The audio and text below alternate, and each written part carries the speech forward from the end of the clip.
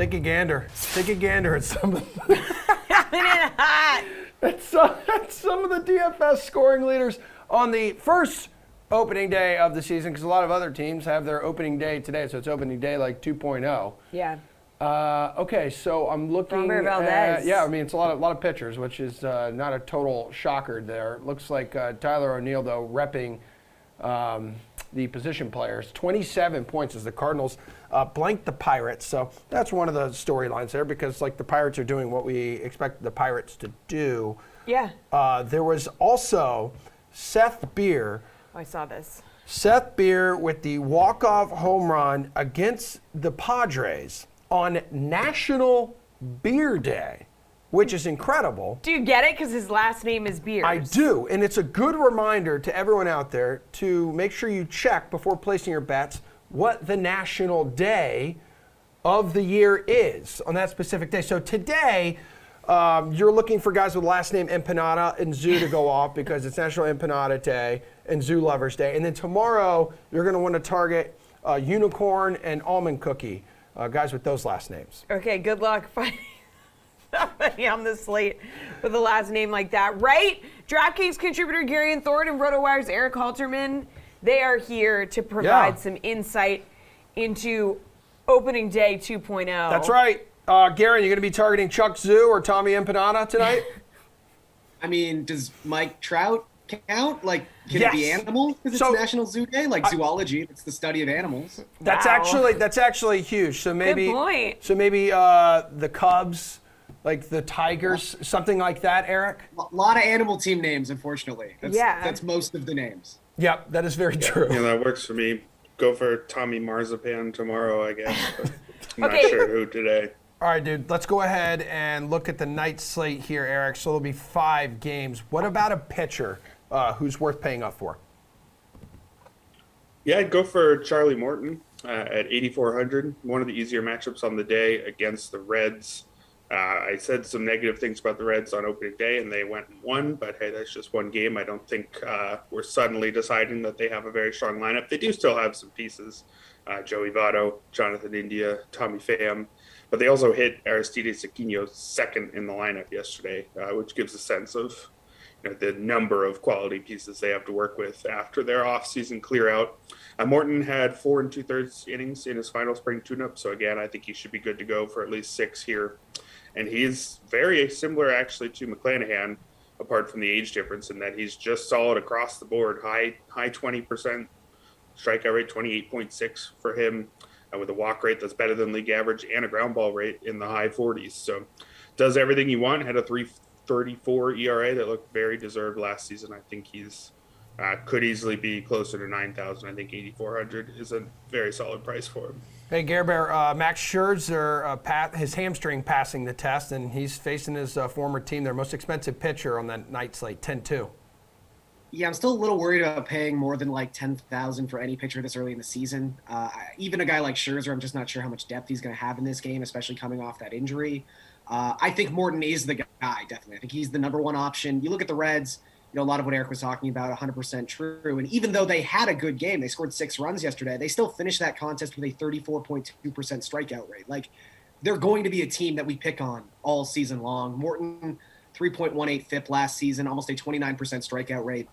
He's just sort of the lowest guy in that top tier tonight when it comes to pricing, and I think that's a very advantageous spot to take advantage of. I will also say, despite it being a terrible matchup against the Blue Jays, Jon Gray is underpriced on this slate. Jon Gray was really good last season. He's not pitching for the Rockies anymore. He does not deserve to be the lowest priced pitcher on this slate. Will I have max exposure to Jon Gray against this Blue Jays lineup? No, I will not. But I think Jon Gray deserves to be thought of on this slate because, again, he should be more in that like mid-7, maybe even like low 8 range as opposed to $5,400. It's just disrespectful.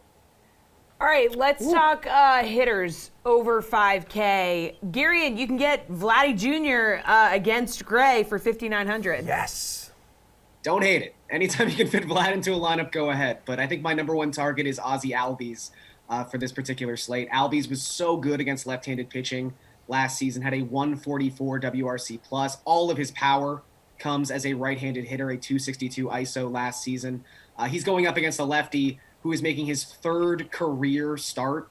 I just think this is such a Braves-centric matchup. There's a reason they are tied for the highest implied team total on this 5-game slate. I think Albies is just going to be in a really good spot tonight. And again, you really just want to be using him when he's going up against a southpaw.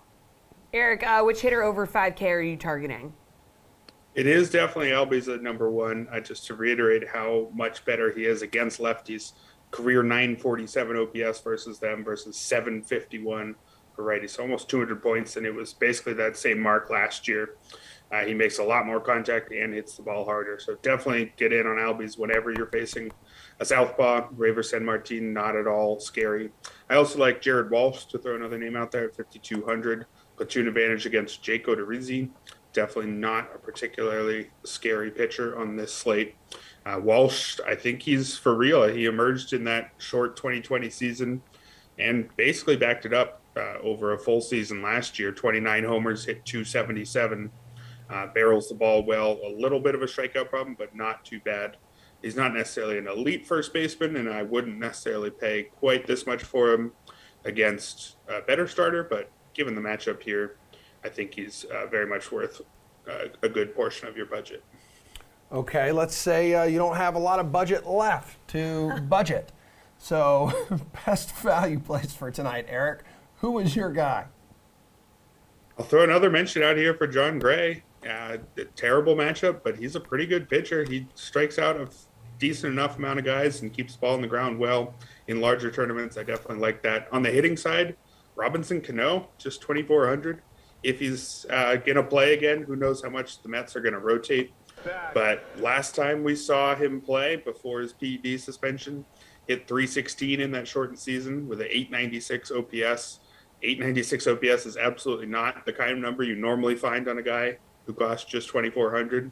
So if he's in there until he proves that he's not close to that guy anymore, I'll be all over him in this kind of price range.